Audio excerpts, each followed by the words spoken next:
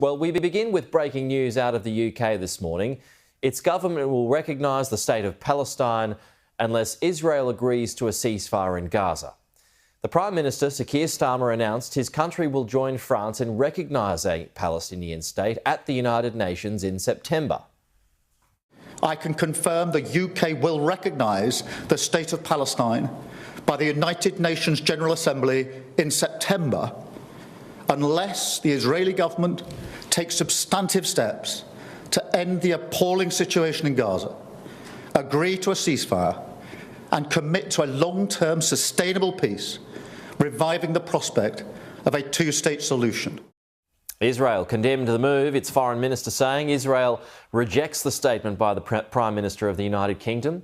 The shift in the British government's position at this time, following the French move and internal political pressures, constitutes a reward for Hamas and harms efforts to achieve a ceasefire in Gaza and a framework for the release of hostages.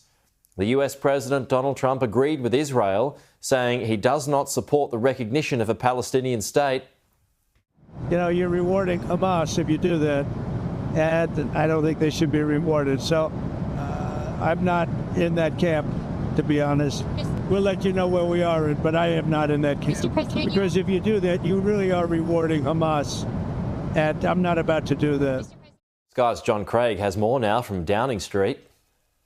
He has bowed to the pressure from those 250 or so MPs, most of whom were Labour, who were calling for this recognition to come actually at the conference this week, where David Lammy has been speaking. So we've already heard from, in the last few minutes, from Sarah Champion. She's the MP who wrote the letter, chairs the International Development Committee, all-party committee.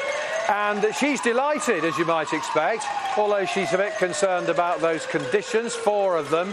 The 4 conditions are, just to summarise them briefly, 1, the end the appalling situation in Gaza, 2, a ceasefire, 3, no annexation in the West Bank, and 4, a long-term peace process that delivers a two-state solution.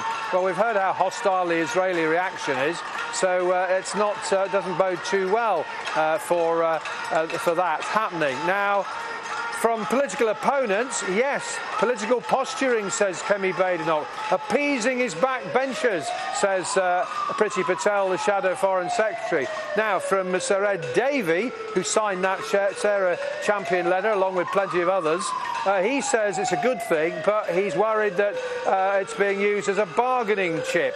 Yes, he's probably right about that. It does look that way. Now, the other pressure, of course, came from inside the Cabinet. The Prime Minister referred, when he was speaking to journalists this afternoon, about the Cabinet meeting.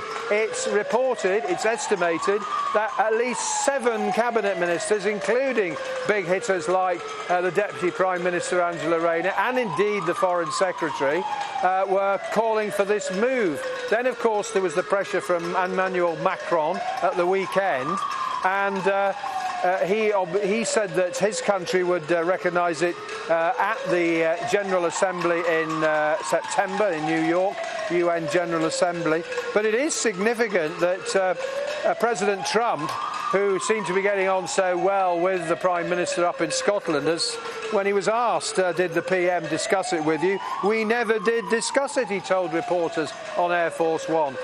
The Prime Minister did call Benjamin Netanyahu today to tell him. He's also spoken to the King of Jordan. He's due to make more phone calls to try and sell this package.